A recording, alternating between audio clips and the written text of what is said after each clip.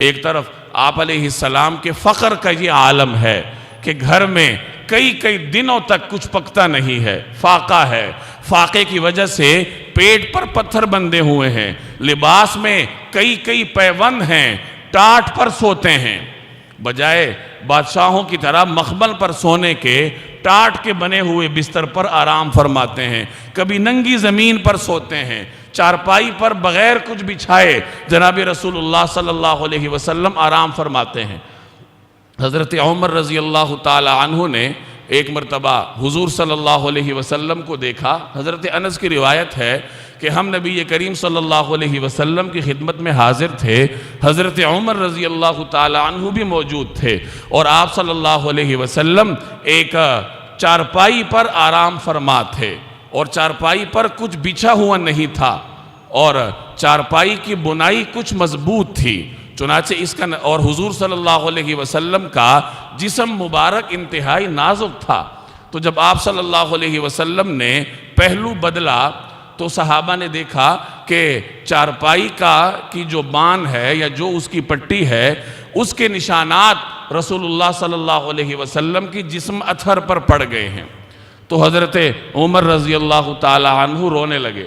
حضور صلی اللہ علیہ وسلم نے دریافت فرمایا، ما یبکی کا، عمر تمہیں کس چیز نے رلایا، کیوں روتے ہو؟ تو حضرت عمر نے عرض کیا کہ یا رسول اللہ، قیصر اور کسریٰ تو آرام اور آسائش کی زندگی بسر کریں، اور آپ صلی اللہ علیہ وسلم نے اپنے لیے یہ زندگی منتخب فرمائی ہے کہ چارپائی پر کچھ بچھانے کے لیے نہیں، اور چارپائی کی پٹی کے نشانات آپ صلی اللہ علیہ وسلم کے جسم پر پڑ گئے۔ تو حضور صلی اللہ علیہ وسلم نے ارشاد فرمایا کہ عمر، تم اس بات پر خوش نہیں ہو کہ ہمارے لیے آخرت ہو اور ان کے لیے دنیا ہو؟ کیا تم اس پہ راضی نہیں؟ حضرت عبداللہ بن مسعود رضی اللہ تعالی عنہ فرماتے ہیں، وہ ایک مرتبہ نبی کریم صلی اللہ علیہ وسلم کے حجرہ مبارکہ میں داخل ہوئے، تو فرماتے ہیں کہ آپ صلی اللہ علیہ وسلم کا حجرہ مبارکہ اتنا گرم تھا جیسے حمام ہوتا ہے، تپش تھی، مدینہ منورہ کی گرمی، اور حضور صلی اللہ علیہ وسلم کے حجرہ عائشہ کے اوپر کھجور کی چھال کی چھت تھی، کھجور کی ٹہنیوں کی چھت ہے، اور پانی سے بچنے کے لیے، بارش کے پانی سے بچنے کے لیے اس پہ کمبل بچھایا ہوا تھا۔ اب کھجور کی ٹہنیاں ہو، کھجور کے پتے اور چھال ہو، اس کے اوپر کمبل ہو، تو وہ سورج کی تمازت کو کہاں تک روکے گا؟ تو آپ صلی اللہ علیہ وسلم کے حجرہ مبارکہ میں گرمی کا یہ عالم تھا کہ عبداللہ بن مسعود فرماتے ہیں کہ اتنا گرم تھا جیسے حمام ہوتا ہے، اور آپ صلی اللہ علیہ وسلم ایک چٹائی پر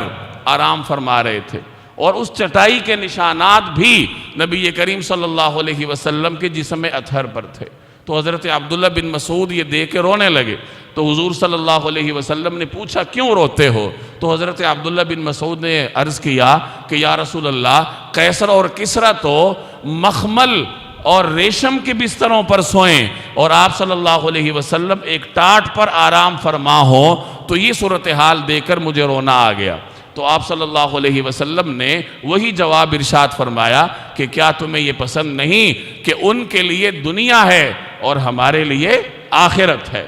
تو ایک طرف رسول اللہ صلی اللہ علیہ وسلم کا یہ فقر ہے، حضرت عائشہ رضی اللہ تعالی عنہ کے گھر میں آرام کے لیے نبی کریم صلی اللہ علیہ وسلم کا ایک بستر تھا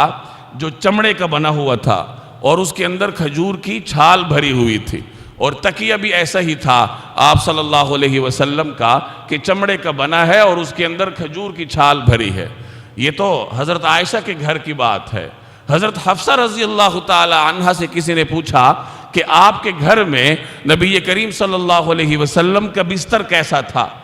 تو حضرت حفصہ رضی اللہ تعالی عنہ نے فرمایا کہ میرے گھر میں آپ صلی اللہ علیہ وسلم کا بستر ایک ٹاٹ تھا، یعنی ایک ٹاٹ ہے، چٹائی ہے، اس پر آپ صلی اللہ علیہ وسلم آرام فرماتے تھے۔ حضرت حفصہ فرماتی ہیں کہ ہم اس ٹاٹ کو دوہرا کیا کرتے تھے، اس کی 2 تہیں لگاتے تھے تاکہ آپ صلی اللہ علیہ وسلم اس پر آرام فرمائیں۔ تو ایک مرتبہ ہم نے یہ سوچا، حضرت حفصہ فرما رہی ہیں کہ ایک مرتبہ میں نے یہ سوچا کہ بجائے دوہرا کرنے کے میں اس ٹاٹ کو 4 تہیں لگا دوں، تاکہ آپ صلی اللہ علیہ وسلم اس پر کچھ آرام محسوس فرمائیں۔ چنانچہ میں نے اس ٹاٹ کی 4 تہیں لگائیں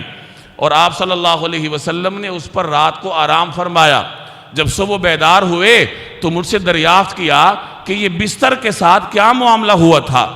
تو میں نے عرض کیا کہ یا رسول اللہ، یہ وہی سابقہ بستر ہے، وہی ٹاٹ ہے، البتہ اتنی بات ہے کہ میں پہلے اس کو 2 تہیں لگاتی تھی اور اب میں نے اس کو 4 تہیں لگائیں۔ تو آپ صلی اللہ علیہ وسلم نے فرمایا کہ بستر کو سابقہ حالت پر لوٹاؤ، اس کی نرمی نے مجھے رات کی نماز نہیں پڑھنے دی، میری رات کی نماز میں دشواری کھڑی کر دی اس بستر کی نرمی نے۔ اب اندازہ لگائیں کہ ایک ٹاٹ کو 4 تہیں لگا دیں، اس میں کتنی نرمی آ جائے گی، لیکن نبی کریم صلی اللہ علیہ وسلم نے اپنے لیے دنیا کو ایسے ترک فرمایا تھا کہ اتنی نرمی بھی آپ صلی اللہ علیہ وسلم نے بستر میں گوارا نہیں فرمائی۔ تو ایک طرف رسول اللہ صلی اللہ علیہ وسلم کے فقر کا یہ عالم تھا، اور دوسری طرف اللہ تبارک و تعالی نے آپ صلی اللہ علیہ وسلم کو سلطنت عطا فرمائی۔ آپ کی حیات طیبہ میں پورا جزیرہ عرب نبی کریم صلی اللہ علیہ وسلم کے حکم کے تحت آ چکا ہے، اسلام میں داخل ہو چکا۔ جزیرہ عرب کے مختلف حصوں میں نبی کریم صلی اللہ علیہ وسلم کے مقرر کردہ گورنر تھے، اور آپ صلی اللہ علیہ وسلم کے حیات طیبہ کے بعد چند عشروں میں 15-20 سالوں میں آپ صلی اللہ علیہ وسلم کے نام لیواؤں نے آپ ہی کے علم کو آدھی دنیا تک پہنچا دیا تھا۔ تو اللہ نے آپ کو سلطنت بھی عطا فرمائی۔ حضور علیہ السلام کی حیات طیبہ کے بعض حصوں میں آپ کو غنا بھی ملے گا۔ ایک طرف فقر ہے کہ لباس میں پیوند لگے ہیں، جبکہ دوسری طرف تبوک کے سفر میں آپ صلی اللہ علیہ وسلم نے رومی جبہ زیب تن فرمایا تھا، اور ایک مرتبہ آپ صلی اللہ علیہ وسلم نے 27 اونٹنیوں کے عوض ایک لباس خریدا۔ تو ایک طرف آپ کو فقر ملے گا، تو آپ صلی اللہ علیہ وسلم کی حیات کے کچھ حصوں میں آپ کو غنا بھی ملے گا۔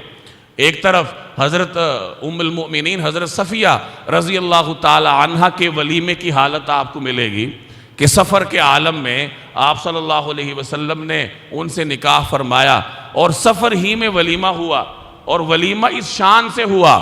کہ صحابہ کرام سے آپ نے ارشاد فرمایا، حضرت انس نے منادی کی کہ جس کے پاس جو کچھ ہے وہ لے آؤ۔ چمڑے کا دسترخوان بچھایا گیا، کوئی صحابی ستو لے کر آیا، کوئی پنیر لے کر آیا، کوئی گھی لے کر آیا، کوئی زیتون لے کر آیا۔ اس طریقے سے مختلف صحابہ کرام نے اپنا اپنا نفقہ اور زادرہ حاضر کیا، اس کو چمڑے کے دسترخوان پہ رکھا، اور تمام صحابہ نے مل کر کھا لیا۔ یہی ولیمہ تھا جس میں نہ روٹی تھی نہ گوشت تھا، سالن نہیں تھا، بلکہ ان چیزوں کو تناول فرمایا تمام صحابہ نے۔ تو یہ فقر کا عالم ہے۔ دوسری جانب آپ کو حضور صلی اللہ علیہ وسلم کی ازواج مطہرات میں حضرت زینب بنت جحش رضی اللہ تعالی عنہ کا ولیمہ بھی ملے گا۔ ان کے ولیمے میں